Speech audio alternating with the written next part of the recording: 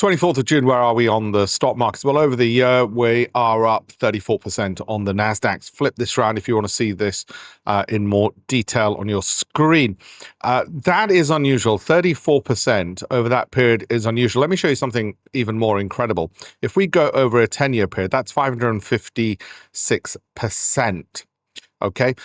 Now, think of this. 100% return means you doubled your money. This is six-folded your money. The UK market, however, over 10 years has only doubled your money. That's the UK down here. And that's why UK pensioners have done so poorly for such a long period of time. Because other than just over the last year or so, and that doesn't really help you if you look at the last 10 years, and most UK funds also largely follow the UK markets. You might think, oh, it's okay, I've got a tiny little smidgen in the American markets. Now, we weren't to know the American markets were going to do 556% over the last 10 years, although my first column for the Financial Times in September of 1999 said, I am switching all my holdings from UK to US, not because I foresaw technology or AI. It's just that I had more companies to choose from. If I've got more companies to choose from, then I've got a better set of candidates to filter down from to get the very best that should be in my portfolio. Anyway, that's where we are at the moment. Let's look at a few other things as well. Now, the most interesting and important thing, which you might not notice on this chart that you've got to look for, are the yields. And global yields in particular. If those yields start rising sharply, that means one of two things. First of all, cost of borrowing for businesses increases because they're paying more on interest payments. And that means that businesses could potentially invest less because they're paying more to the banks. And that could lead to potential recession. Secondly, it means consumers are getting more money for holding safe assets like high interest bank account. Now, that means they might take things out of the stock market to put into a high interest bank account. Again, could lead to less consumption.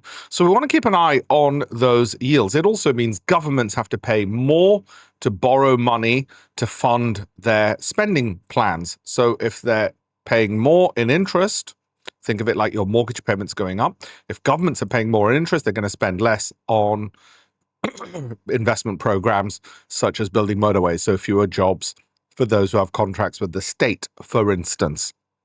Right? So yields, now UK is edging over 4%. That's worrying. 3-year, 4%, 5-year, 4%, and so on.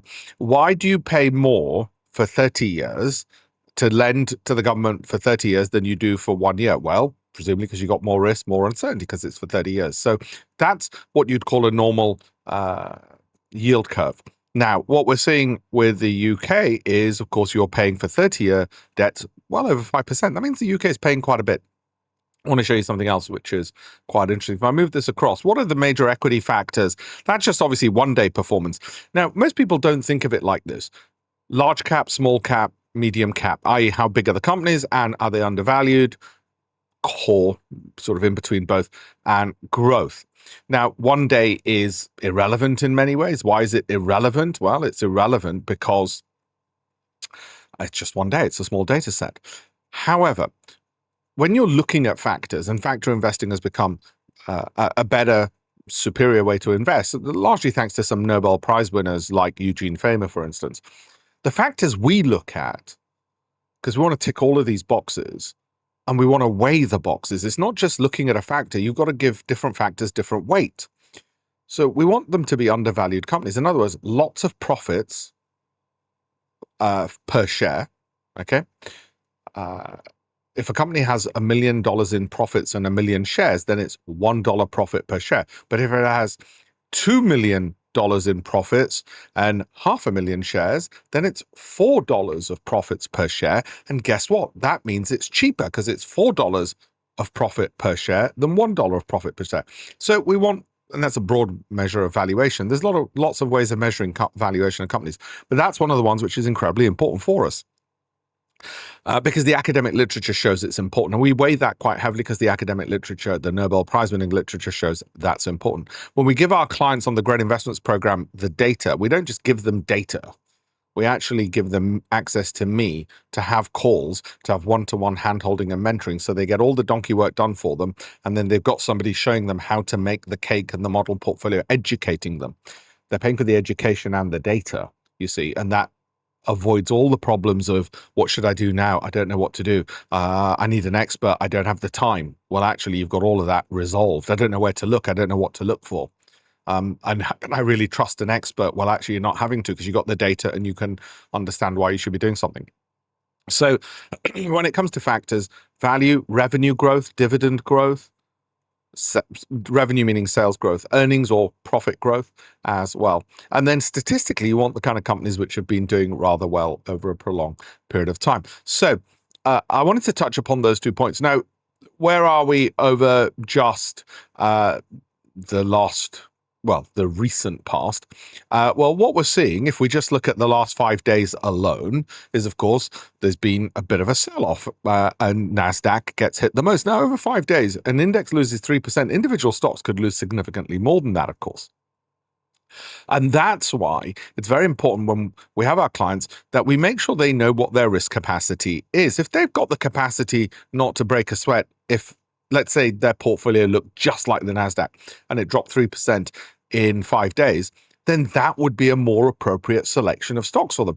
If that would give them a heart attack, then the Dow type, i.e. lower volatility to the downside. And these things are important because people don't understand their risk capacity. And if they don't understand the risk capacity and how risk and reward interact, and they're more prone to panic, we can actually help them by reducing their propensity to panic by showing them historic data. And that helps them match their perceived risk capacity with their real risk capacity. Anyway, it's all part of the things we do, but I want to give you this as an update. We're not panicked or worried at the moment with the recent sell-off in tech stocks. Why? Well, because it's just recent.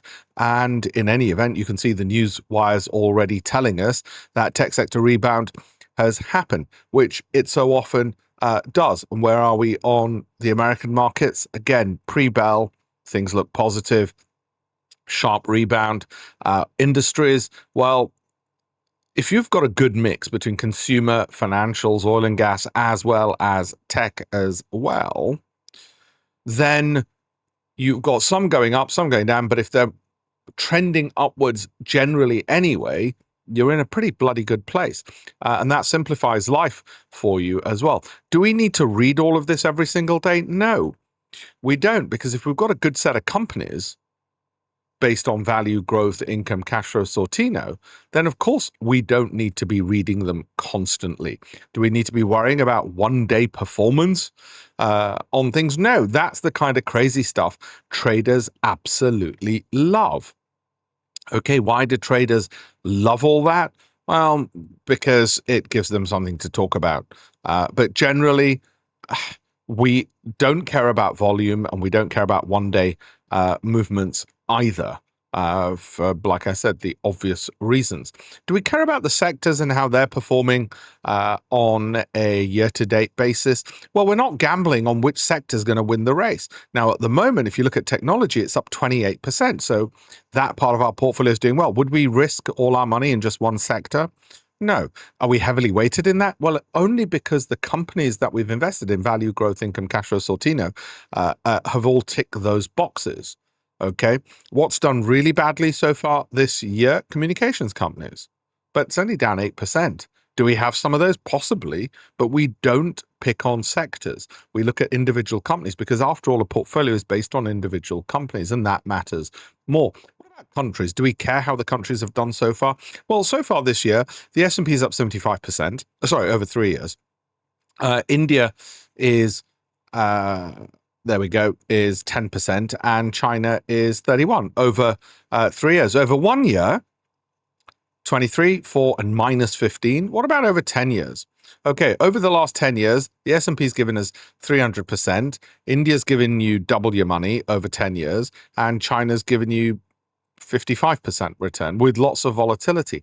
We're not looking at individual countries. We don't actually care about individual countries. If I want to shove in a bit of UK in there, where does that sit?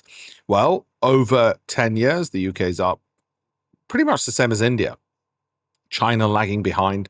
and America just skyrocketing ahead. Right now, we're going to go into more of these things in the future, but I just thought I'd show that. Let's see if we can get South Korea on there. South Korea recently has just absolutely skyrocketed and then fallen back again. Over the past year, South Korea is up 183%. It is a bit of an outlier. I'll cover more of these and the minutiae and the sort of details of these in future videos. So do like and follow, and let me know if you want more of these and you want more detail on these. Have a look at the Great Investments Program. Just look at the links in the bio as well. Thank you very much.